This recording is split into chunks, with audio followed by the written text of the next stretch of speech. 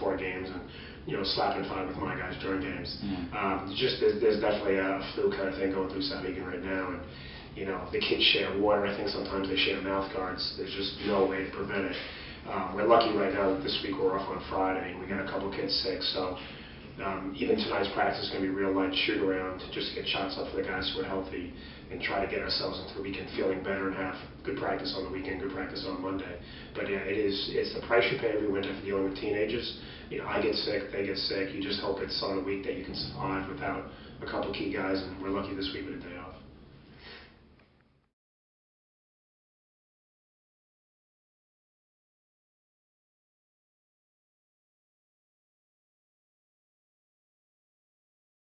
It was very early in the game. One of my assistant coaches was getting very upset with our half-court defense, and he was right. But I kind of turned to him and I said, Coach, you're going to have to accept the fact that they're probably going to score 80 points tonight. And if we're going to win, we're going to have to score 90. And it was pretty close. You know, the final was 89-76. I really was less worried about them scoring on us because it's just the style they make you play. But you know how Goffstown plays. They're going to put points on the board. My only concern last night was that we put up more, and we're capable of that. You know, this is the second time, you know, we scored 91 at Co-Brown and 89 last night, so you could say, you know, twice this year we scored 90 points. So I was less worried about their offense as long as we scored one more basket, and that turned out to be we the could case. choose, we'd probably try and get in the middle in the 60s and 70s, but I think we're more built towards the Goffstown kind of game where we can go up and down, and you know, we do take a lot of shots because we have a lot of scorers on the team and we have a lot of fast guys. Obviously, you know, the Goffstown game can get a little out of control.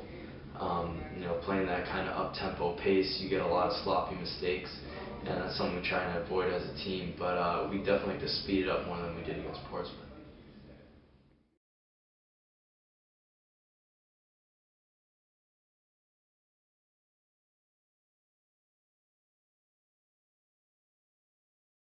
It's really hard because you go in a couple practices in a row talking about two games at once. You know, we played on Tuesday, we were off Wednesday, Thursday, Friday. Saturday we couldn't practice because of a conflict in the gym.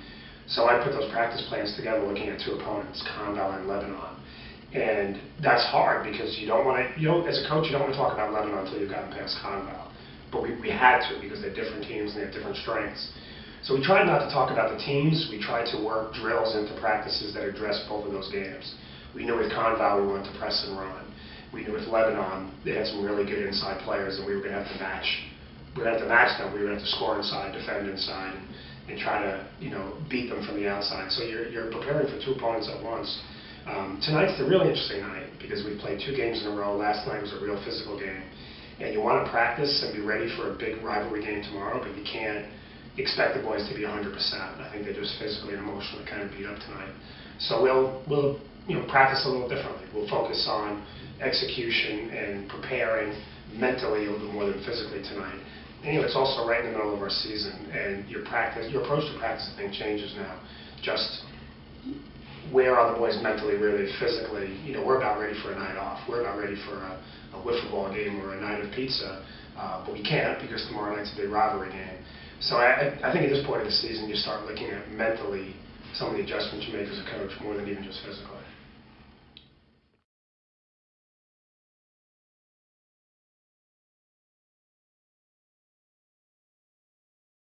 I played growing up, you know, travel teams and you know, Manchester Suburban all through the years with these same guys, and you know, over at AMS, played on those teams 7th and 8th grade, and then played freshman basketball and JV basketball with these guys, and then junior year I decided to stop playing because I could kind of, you know, see the writing on the wall that maybe, you know, this isn't my sport, and maybe I should spend my time, you know, on something, on maybe focusing on the other sports and getting better and, you know, working out for the other sports if I was going to pursue those in college. Yeah, we had an AAU team called the Warriors. That was, I think we started at 8th grade. We played in the summers for a couple summers, and then I played my freshman year here and then sophomore year. And then I didn't play last year, so I came back this year. You know, what's really neat about the kids who came back to the program this year is one of the first pieces of advice I've been given about trying to build the program back from kind of the depths of where we were 4 years ago was when the really good players from other sports start playing basketball or come back to basketball, it's just a sign that they see it as something positive they want to be a part of. And part of that is they have to be successful. You know, kids tend to not come back to losing programs, and you know, I think the Final Four run last year and the buzz of making a trip to UNH played a big role in that. But we were really lucky to get James and Tim back. You know, James is a soccer player. You know, I think any basketball coach loves to have a couple of soccer players in their program because they're in great shape, they can run all day, there's a tenacity. You know, soccer players tend to make really good on-the-ball defenders because they just, I don't know anything about soccer, but I think it's all about keeping yourself between, you know, your man and the goal and not allowing easy shots. And there's some similarities to basketball. James is a really good on-the-ball defender. You know, with Timmy Bellevue, you get so many different things. You get the toughness and the strength of just him physically. You know, but then you get the son of a coach. You know, somebody who just gets locker room dynamic, and they get being part of a team and understanding a role. And that's what we thought we were getting with Timmy. And we've gotten so much more. We've gotten real production on the glass. We've gotten some offensive punch off the bench. And we've gotten what we hoped in practice tenfold. He's just a terrific senior leader and a kid who really gets that. You can lead by example. You know, he's a quiet kid, but he leads by example. Nobody could expect more of him than he expects of himself. And, you know, we thought we might be a little bit, you know, short this year in size. Not size-wise, but fewer big players because we'd lost some. And Timmy really made us actually deeper than we had any right to think we were going to be last summer.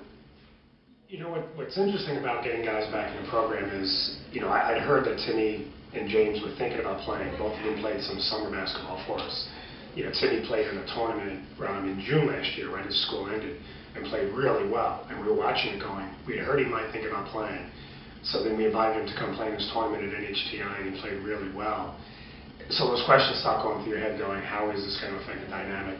Because I envision them not as kids just at the end of the bench, but kids who earn minutes and earn roles. So you do think about it. What was great was, as I started just floating out the idea of asking the boys who were coming back, you know, are you hearing that Timmy and James might play, and what do you think? They were all really excited. I kind of recruited them. I wanted to play because back in the day when I played with them, you know, they're really good ball players. So I thought they would be great additions with James's speed and then Tim's, you know, size and knowledge of the game.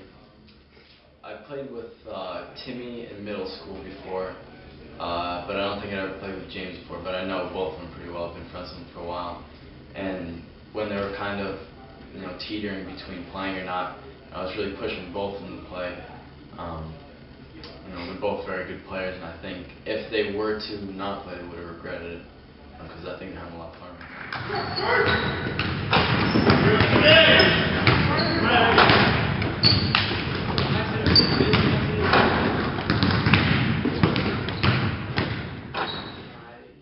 I was thinking about the decision a lot over the summer, and I went to some summer league tournaments and some open gyms and tried to get back in the flow of it. But you know, I had the whole football season, and then right after the Thanksgiving Day game on that Thursday, you know, the tryouts were that Monday for basketball, and there was a lot of rust. It was a lot rusty at first, but you know, that kind of wore off as I, you know, practiced every day. But yeah, I mean, it took a while to get back in the swing of things, but I feel like you know, I'm there now, and the rust is worn off. Basketball shape is a lot different than football shape, and that's something I didn't expect until it hit me pretty hard. I knew that I'd be a role player, but I felt that one of the reasons when I was considering coming back was I felt like I could still help out this team, that I still could bring something to the table, that a piece to this team that could make us a championship contender. And I feel that I'm doing that, and that James is doing that, and that we're a part of this, or a piece of this puzzle, and we're helping our team be successful this season.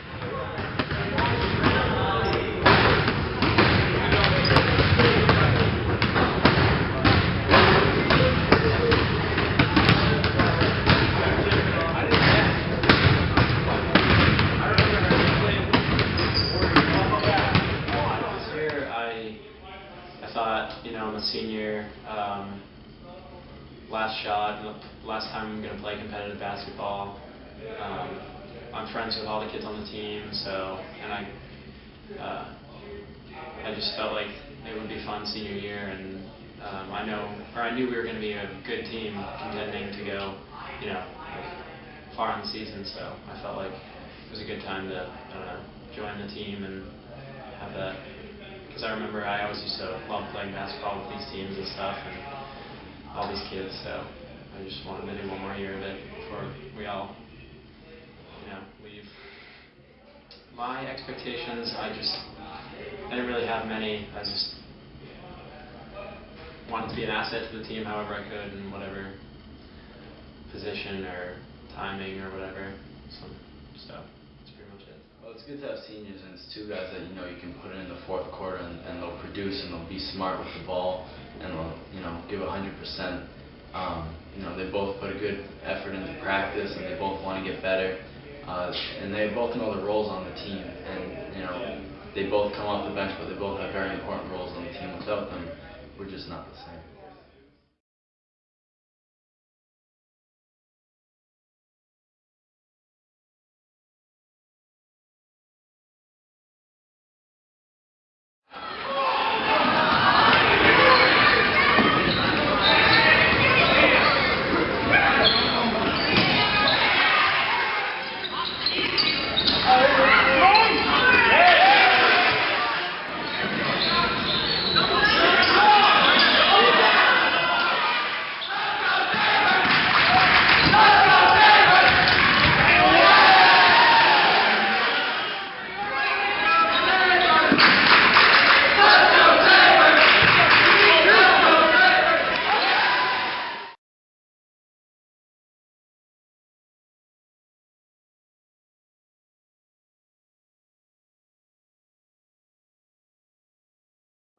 I think having Milford tomorrow night really helps, because I don't think I have to say a lot tonight. I don't think I have to say a lot tomorrow. I don't think I have to work them really hard tonight. All I should really have to do is walk into that locker room tomorrow night and say, it's Milford. It's really all I should have to say. It matters not at all what Milford's record is or who they have or who we have. I've been telling the kids, for me being a born and raised New Yorker, this is the closest I get to Red Sox Yankees. It's a big game. I think it's actually a good thing to play them tomorrow night. Not that I want to, but I know I don't have to worry about the boys being up for it. Even as tired as they are tonight, they'll be ready for tomorrow night.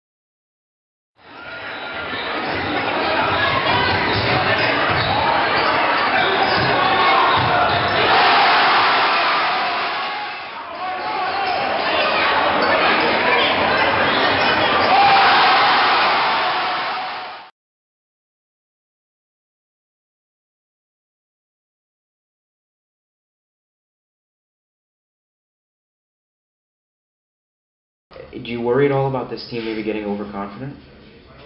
No, I think confidence is a good thing. I mean, we didn't come out shy or intimidated. You just get crushed. So if you come out with authority and confidence, you're just going at them, and it's the game we like to play.